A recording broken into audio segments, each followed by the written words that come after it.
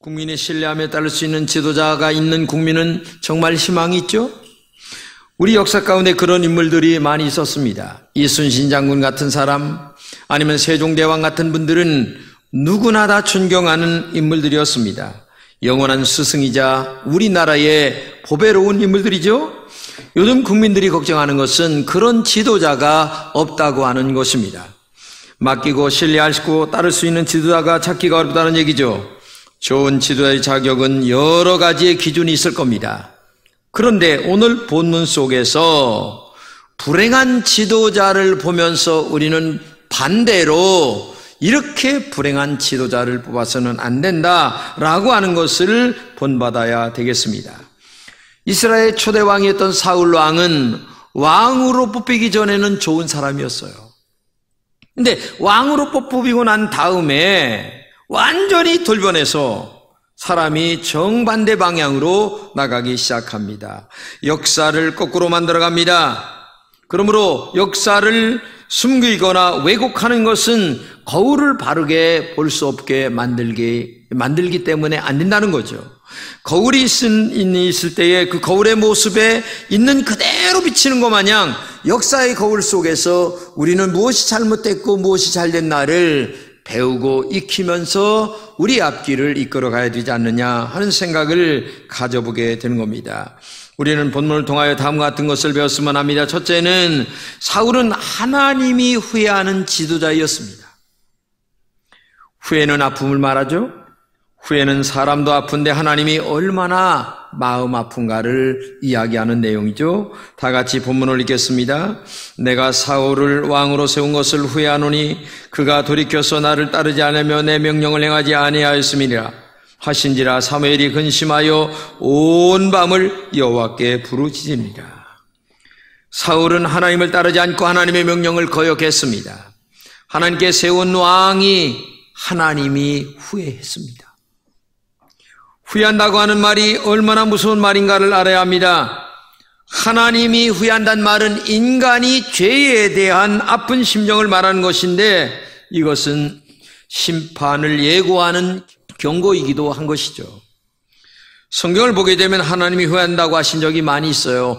인간을 창조하고 난 다음에 인간이 선악과를 따먹고 죄악에 빠질 때에 창세기 6장에 보게 되면 하나님이 후회하신다라는 말씀도 하셨고, 예수님이 유다를 보면서 세상에 태어나서는 안 될 사람이라고 하는 후회스러운 말씀을 하시는 것도 볼 수 있게 되죠. 본문에서 사울은 정말 왕으로 삼은 것을 하나님이 후회한다고 하는 말을 하고 있습니다.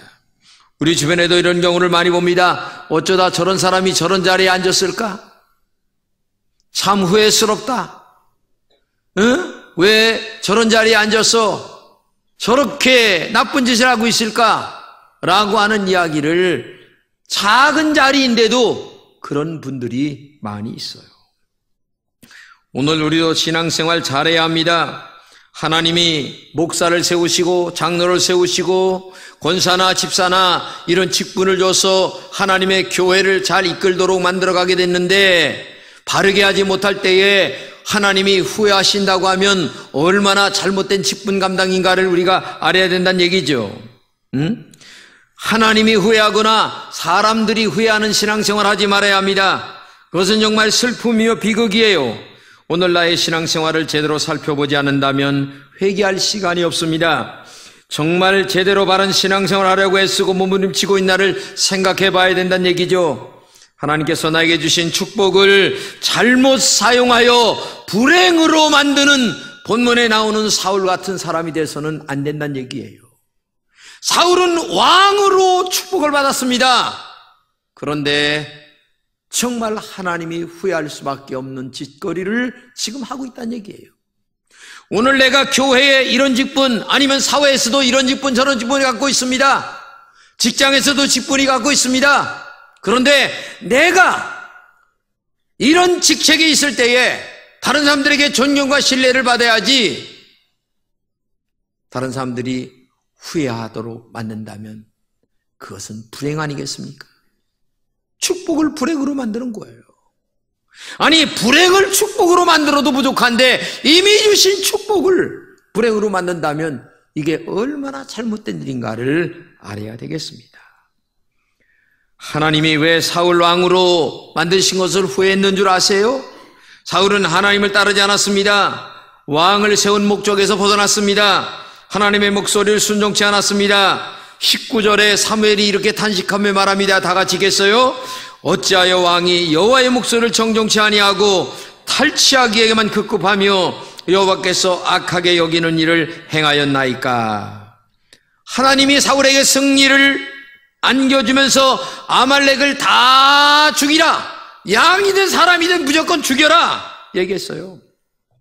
근데 하나님의 목소리를 듣지 않고 탈취물에만 급급했어요. 결국 하나님의 명령을 거역했습니다. 왕으로 세우신 하나님의 명령을 거역한다는 것은 전쟁터에서 군인이 상관에게 불순종하는 것보다 더 무서운 일이에요. 이것은 죽음을 상징할 뿐입니다. 사무엘은 사울의 죄를 이렇게 지적하는데 같이 읽겠습니다. 시작. 거역하는 것이 전죄와 같고 완고한 것은 죽은 우상에게 절하는 죄와 같음이라. 왕이 여호와의 말씀을 버렸으므로 여호와께서도 왕을 버려 왕이 되지 못하게 하셨나이다. 이렇게 말하고 있어요. 이때부터 사울은 지도자의 능력을 상실하게 됩니다. 하나님이 버린다는 말씀보다도 불행한 말씀이 어디 있을까요? 하나님이 버리시면 모든 것이 다 무너지는 것입니다. 축복을 빼앗기는 거예요. 지도, 명예도, 건강도, 생명도 다 빼앗기는 것입니다. 우리는 매일매일의 삶에 하나님 앞에 하나님이 후회하는 삶이 아닌가를 잘 생각해야 돼요. 그래야 내가 바른 삶을 살다가 우리의 인생을 바르게 마칠 수 있다는 얘기예요. 그러므로 하나님이 너 잘 세웠다, 이런 말을 들을 수 있도록 후회하지 않는 인생을 살아가는 지혜로운 여러분 되시기를 축복합니다. 두 번째는 사울은 하나님을 우선순위에 두지 않았습니다. 하나님은 모든 것에서 1번이어야 합니다. 그런데 사울은 하나님을 2번, 3번에 갖다 놨어요. 오늘 본문을 같이 읽겠습니다. 사울이 갈멜에 이르러 자기를 위하여 기념비를 세우고 발길을 돌려 갈갈로 내려갔다 하는지라 말씀하고 있습니다. 사울은 자기를 위하여 기념비를 세웠어요. 전쟁에서 하나님이 승리를 주셨는데도 아말렉을 이긴 것을 내가 이겼다, 내가 잘해서 이겼다, 이렇게 해서 자기를 위하여 기념비를 세운 거예요. 아니, 하나님이 승리하게 하셨습니다. 그리고 하나님의 영광을 위하여 기념비를 세워야 되는데 오히려 자기 이름을 나타내기 위하여 기념비를 세웠어요. 이것은 굉장한 착각입니다. 바른 지도자라면 하나님을 위하여 기념비를 세웠어야 되지 않겠습니까? 자기를 위하여 기념비를 세웠다는 것은 정말 잘못된 신앙이에요. 사울은 우선순위를 하나님께 두지 않았습니다. 삶의 목적이 빗나갔습니다. 하나님 중심이 아니라 자기 중심의 삶이었습니다. 여러분의 신앙생활도 잘 살펴보시기 바랍니다. 정말 모든 것에서 하나님께서 먼저 인가를 말입니다. 우리가 식사하기도 하는 것은 하나님이 먼저라고 하는 신앙 고백이에요. 잠자기 전에 기도하고 자는 것도 하나님이 먼저다, 이런 고백이죠. 주일날 하나님 옆에 예배드리러 오는 것, 내 인생에서 하나님이 제일 먼저입니다 라고 하는 이 표시를 하는 것이 예배드리는 거예요. 본문에 보면 이렇게 우선순위가 잘못된 사울을 보면서 사무엘은 근심하면서 밤을 새며 기도를 합니다. 사무엘은 왕을 버리시겠다는 하나님의 말씀을 듣고 왕을 구하고 나라를 구하기 위하여 밤을 새워 기도한다는 얘기예요. 그런데 사울은 자기만을 위하여 기념비를 세우고 있으니 얼마나 한심스럽고 우선순위가 잘못되었나를 알 수가 있어요. 이런 사울을 하나님은 버리셨어요. 버림을 받은 것은 아픔이고 슬픔이죠. 여러분은 어떤 경우에도 버림받지 말아야 됩니다. 어디에서든지 버림받지 말아야 됩니다. 끝까지 승리하는 여러분 되시기를 주님의 이름으로 축복합니다. 성경에 다윗은 하나님을 감동시키는 이야기가 나와요. 전쟁 중에 예루살렘을 보게 되면 옆에 갈멜산이 산이 있습니다. 근데 이 산에서 보게 되면 예루살렘 전경이 다 보여요. 이 감람산에서 보게 되면. 근데 감람산 쪽에서 옛날 자기가 자라던 마을 동네가 딱 보이는데 그 마을의 우물물이 먹고 싶은 거예요. 그러니까 혼자 중얼거리는 거예요. 야, 옛날 어렸을 때 먹던 저 우물물을 한번 먹어봤으면 하면서 혼자 중얼거리는데 옆에서 부하가 그 얘기를 듣는 거예요. 그러더니만 왕을 위하여 내가 충성하겠다는 마음으로 3명이 공모를 하고 밤에 몰래 척진을 뚫고 가서 세상에 그 다윗의 우물물을 길러오는 거예요. 그러니 왕이 얼마나 기분이 좋겠어요. 그런데 물을 딱 받아들고 보니까 이 물이 적진을 뚫고 가서 길러온 물이란 말이에요. 그러니까 다윗의 마음속에 야, 이건 물이 아니라 피다. 근데 내가 이 피를 어떻게 먹을 수 있을까? 난 못 먹어. 아무리 내가 그리웠던 물이라 할지라도 난 먹을 수가 없어. 하면서 그 물을 땅에다 부면서 내가 여호와 앞에 이 물을 드립니다 하면서 땅에다 붓는 거예요. 근데 그 광경을 옆에 있는 부하들이 바라보는데 그렇게 세상에 먹고 싶었던 물을 하나님께 부어드리는 그 모습을 보는 부하들이 다윗을 위하여 목숨을 안 바치겠습니까? 이게 지도자의 모습이에요. 아, 잘 떠왔다, 고맙다 하면서 딱 마셨다면 글쎄 어떻게 될지는 모르겠는데 부하들이 목숨을 걸고 따르지는 않았을 거예요. 그리고 하나님이 다윗을 앞으로 축복하지 않았을 거예요. 비록 땅에 부었지만 그 물은 여호와께 부어드린 물이 되었어요. 그리고 그의 부하들은 그 모습을 보면서 존경과 신뢰를 하면서 다윗을 따르게 되었죠. 여러분, 이스라엘 나라는 우리나라 강원도보다 조금 더 큽니다. 강원도처럼 찔쭉하게 생겼습니다. 근데 그 주변에 17이라고 하는 아람 나라가 둘러싸여 있어요. 그런데도 그 작은 이스라엘을 못 집어먹어요. 왜? 그들의 정신무장과 신앙무장이 되었기 때문에 그래요. 이스라엘 지도자는 돌격 앞으로라고 하는 말이 없어요. 왜? 돌격 앞으로라고 하는 말은 대장은 뒤에 서 있고 쫄병들은 앞으로, 그리고 먼저 나가 죽어, 그런 뜻이란 말이죠. 이스라엘 나라는 돌격 앞으로 대신 뭐가 있느냐? 나를 따르라. 내가 제일 먼저 앞에 갈 테서 총알바지가 될 테이니 너희들은 나를 따르라. 근데 그 뒤에 안 따라갈 사람이 누가 있겠어요?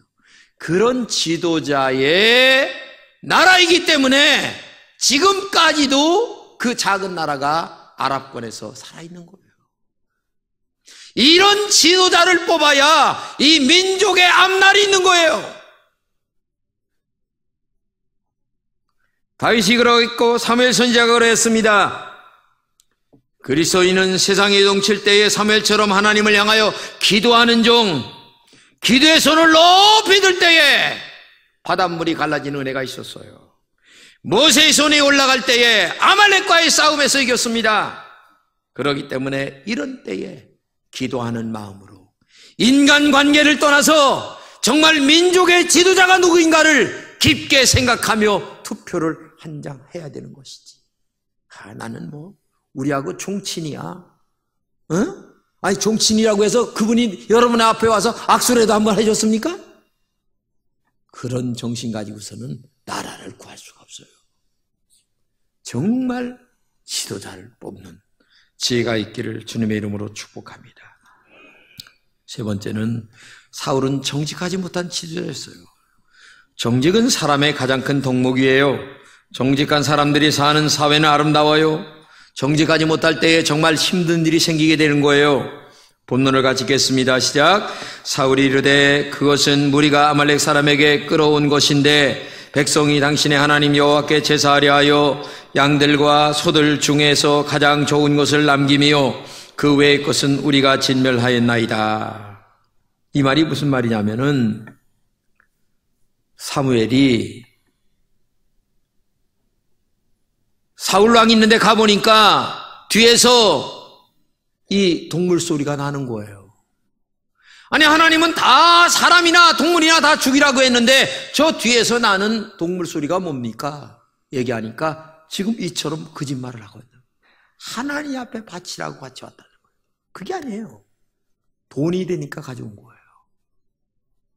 정말 이렇게 거짓말을 하는 사울 왕 같은 지도자를 뽑으면 안 된다는 얘기예요.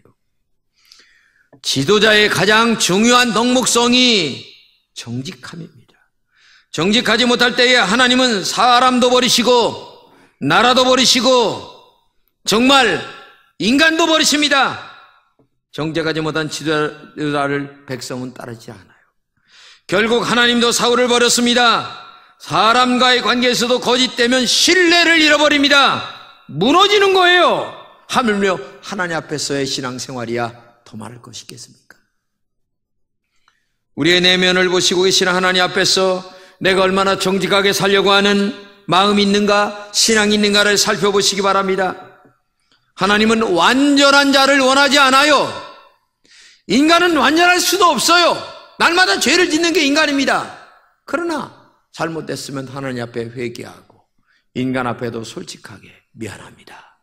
내가 이렇게 실수했습니다. 이런 게 있어야 되는데 이런 게 없다는 거예요. 지금 이 사울 왕이 한 짓이 뭐냐면 자기 배를 태우기 위하여 좋은 양들을 끌고 소를 끌고 하고 나서 하나님 앞에 제사 드리려고 이렇게 가져왔다고 거짓말을 하고 앉아놓은 거예요. 이게 문제가 됐다는 얘기죠. 정직하다는 것은 깨끗한 마음을 얘기합니다. 정직하다는 것은 거짓말을 하지 않는 것입니다. 정직하다는 것은 말과 행동이 같다는 얘기예요. 바른 말을 하여도 말한 대로 행동하지 않는다면 정직한 사람이 아닙니다. 말만 하는 말쟁이가 되지 말아야 됩니다. 사울은 정직하지도 못하면서 하나님 말씀까지 버렸어요. 성경은 왕이 여호와의 말씀을 버렸으므로 하나님도 너를 버린다. 내가 너를 먼저 버린 것이 아니라 네가 나를 먼저 버렸지 않았냐. 어느 것이 바르고 잘못된 것인가를 정말 우리가 알아야 된다는 얘기예요. 사울이 이 잘잘못을 몰랐어요. 하나님을 떠나면서 이 가장 사울에게 찾아온 것이 뭐냐면 하나님이 버린다라고 하는 얘기를 사무엘 선지자로부터 들으면서 느끼는 게 뭐냐면은 불안기야. 마음에 불안이 확 찾아오는데 정신이 없는 거예요. 요즘 말로 얘기하면 신경쇠약에 걸리는 거죠. 그러니까 이 사울 왕이 변장을 합니다. 왕이 아닌 것처럼 변장을 하고 신접한 여인에게 하나님 앞에 기도하고 회개하는 게 아니라 신접한 여인에게 갑니다. 자기 앞길을 물으러. 참, 결국 가가지고서 얼마나 창피를 당하는지 말도 못합니다. 그리고 나중에 길보아 전투에서 아들 둘과 함께 한날에 죽고 말게 되죠. 여러분, 성도의 가장 큰 힘이 무엇일까요? 하나님을 붙잡는 것입니다. 어떤 환경에서도 끝까지 하나님을 붙잡는 겁니다. 나는 하나님밖에 없습니다. 이것이 믿음이에요. 어린아이가 부모에게 매를 맞으면서도 어머니의 옷자락을 붙잡는 것처럼 어떤 경우에도 나는 하나님만 붙잡겠습니다. 하나님만이 나의 전부이십니다. 하나님만이 나의 앞길을 인도하십니다. 그 하나님을 가까이에서 찾는 것이 말씀이고 말씀에 순종하는 것이 믿음이고 그리고 그 말씀에 순종한 대로 살아가는 것이 신앙이란 얘기죠. 그런데도 이 사울은 하나님을 따르지 아니하고 말씀을 버렸고 믿음으로 살지 않았어요. 역사는 거울이죠. 하나님은 사울을 왕 삼은 것을 후회하셨습니다. 결국 역사에서 버리는 모습을 거울로 보면서 오늘도 개인적인 내 신앙도 하나님이 후회할까라고 하는 마음을 한번 돌아보게 되고 그리고 역사의 지도자를 뽑을 때에 이러한 잘못된 지도자를 뽑으면 안 된다는 것도 우리가 배워야 된다는 거죠. 그렇기 때문에 오늘도 여러분과 제가 정말 바른 지도자를 뽑아서 우리의 운명이 그에게 맡겨지는 그런 은혜가 여러분들에게 있기를 주님의 이름으로 축복합니다.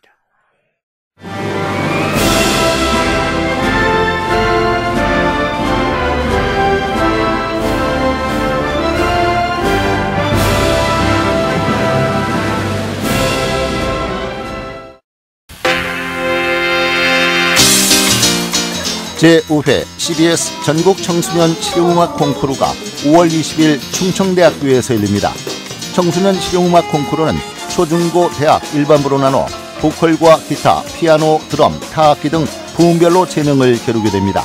대상에는 문화체육관광부 장관상과 상금 500만 원이 주어지며 각 부문별 최우수상에는 100만 원의 상금이 주어집니다. 신청은 5월 1일부터 14일까지며 자세한 사항은 CBS 전국 청소년 실용음악 콩쿠르 홈페이지를 참고하시기 바랍니다. 청소년 여러분의 많은 참가를 바랍니다.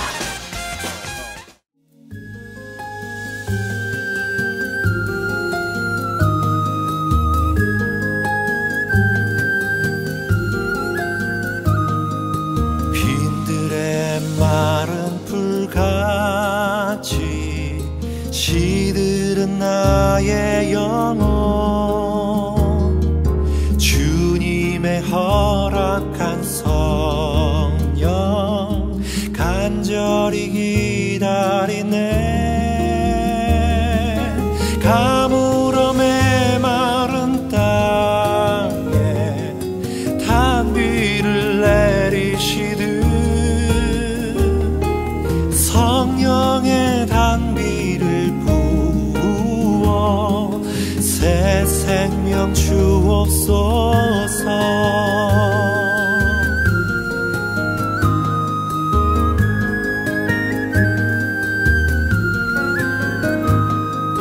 반가운 빗소리 들려 산천이 춤을 추네.